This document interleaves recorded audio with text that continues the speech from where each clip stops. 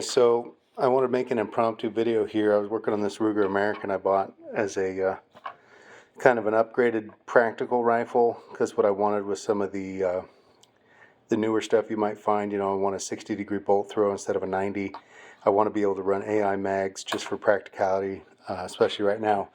But after fiddling with this, I bought the kit. You know, you buy the rifle separate. If you get a Ruger American Predator with an 18-inch barrel, you got to buy this kit separate from Ruger for 20 bucks plus shipping or whatever. It's 25, 26 bucks, whatever it is. So it's not expensive, and that's not really my issue. My issue was when I got it and started installing it and looking at the fit of the magazine. The fit of the magazine was so poor because the front of this, you know, it's just kind of floating in there, and it's relying on this fit between front and back to kind of locate the front of it. There's no latch or anything. And so as a result, it, you know, it's like just kind of loose in there. So I ran a little Phillips screw in there and shaved the head of it to kind of take the space and give it enough angle that it would feed. So I got that kind of fixed. And so then I start fiddling around. You know, there were some other things about the rifle I didn't like. You know, the bolt is, these are terrible. This fit sucks. You can tell that it's working some metal against metal here as it's coming into battery. And then this is so chunky, this movement on the cock and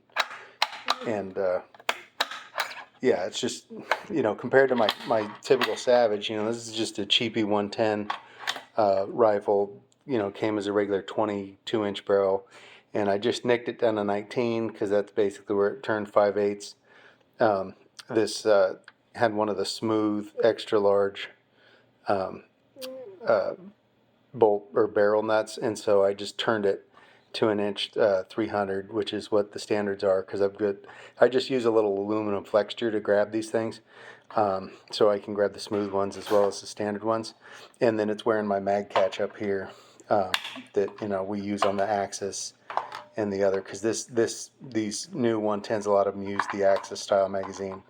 So you know, they're basically the same kind of rifle in that they're basic practical rifles, but I do want to talk about some of the differences, why you might choose one or the other. So like I said, 60-degree throw and AI mag, so I just wanted something more practical as a basic one. But after, you know, kind of getting past this chunky bolt movement and how, you know, not smooth it was, you know, buying the mag catch, you know, or the magwell upgrade separate and installing it, running into this fitment issue. The fundamental issue I have is it'll feed with these Magpul mags, but I've got an MTD mag I got out of another rifle, you know, 10-rounder from a while ago, and it absolutely will not feed anything out of that mag. It just stovepipes on the end of the barrel. There's no chamfer on it.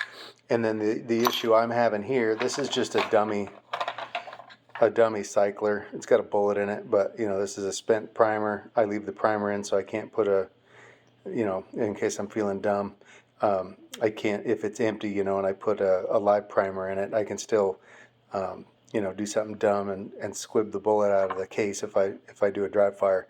So this way, if I dry fire on this spent primer, there's no problem. But I just use this as a cycler. So, you know, what I typically did for a long time was just save my brass and then reload it with like 150 grain soft point, you know, typical bullets that you'll find in 30 cal, and you know, at basically 7.62 NATO velocities, so that you get basically the same point of impact as M80 ball, but it's a little more functional than FMJ. But anyway, so now this is the fundamental issue I have. This will not cycle this cartridge. If you just throw one in, if you're empty and if you throw one in there, it doesn't cycle it. It will not load it. Same thing. It just stovepipes on the end of the. It just stovepipes on the end of the barrel. And if they chamfered it more, maybe you could get it in there.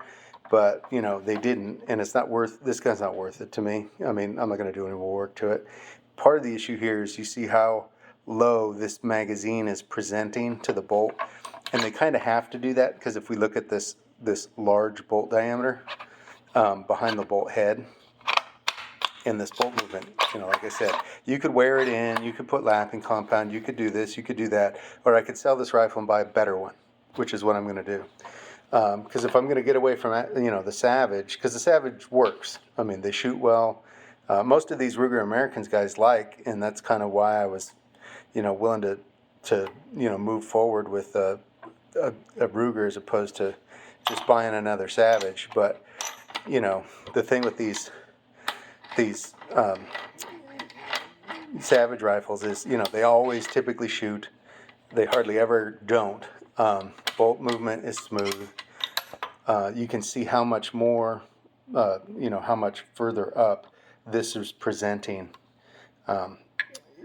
This is built more like the Ruger American's built more like a Savage Axis in terms of just having a simple port cut, whereas this is more open because if, they use the same action in in rifles that don't have drop box mags. So if you're top loading, you need this open. So this is cut for any of them. So mostly for filming here, it's the same. But Savage Axis is basically going to do the same thing. So it always tends to feed just fine, and I don't have to have any kind of a special circumstance to actually get this to run out. My MTD mag won't run at all out of this, won't load anything, even real sharp pointed FMJs and all that. So I'm still looking for a better solution. I don't have any problem with these Savages. Even the Axis, I think, is for many applications a much better solution. Looking for a 60-degree throw with AI mags for real practical purposes for right now. I'm going to move on to something else. I might go to a Tikka because without going to a custom 700 kind of a clone and a 3-lug bolt, the Tikkas are kind of the next stop. They can get a little expensive, but if you buy the cheapy one and you put a grip on it and stuff, you can kind of get them where you want. That's the other thing. I wanted a little more vertical grip than this one offers. But looking at all the things, fixing the bolt, trying to get it to feed right, pulling the barrel, chamfering the back, trying to figure out another stock solution. Yeah, just buy a better gun. So that's my solution. You guys do what you want. These practical rifles, as you can tell, are really my thing. Short, in a 308 right now. That when that 6.8 by 51 gets out, that'll be real cool because it's kind of 7mm 08 in the normal, brass. In the hybrid brass, you can get to mag levels of velocity, so that'll be real cool. You get enough twist rate that you can go to heavy bullets, but 308 right now is real tough to argue with. So between an 18 and a 20-inch type barrel rifle, that's where I'm at, and that's where I like to be.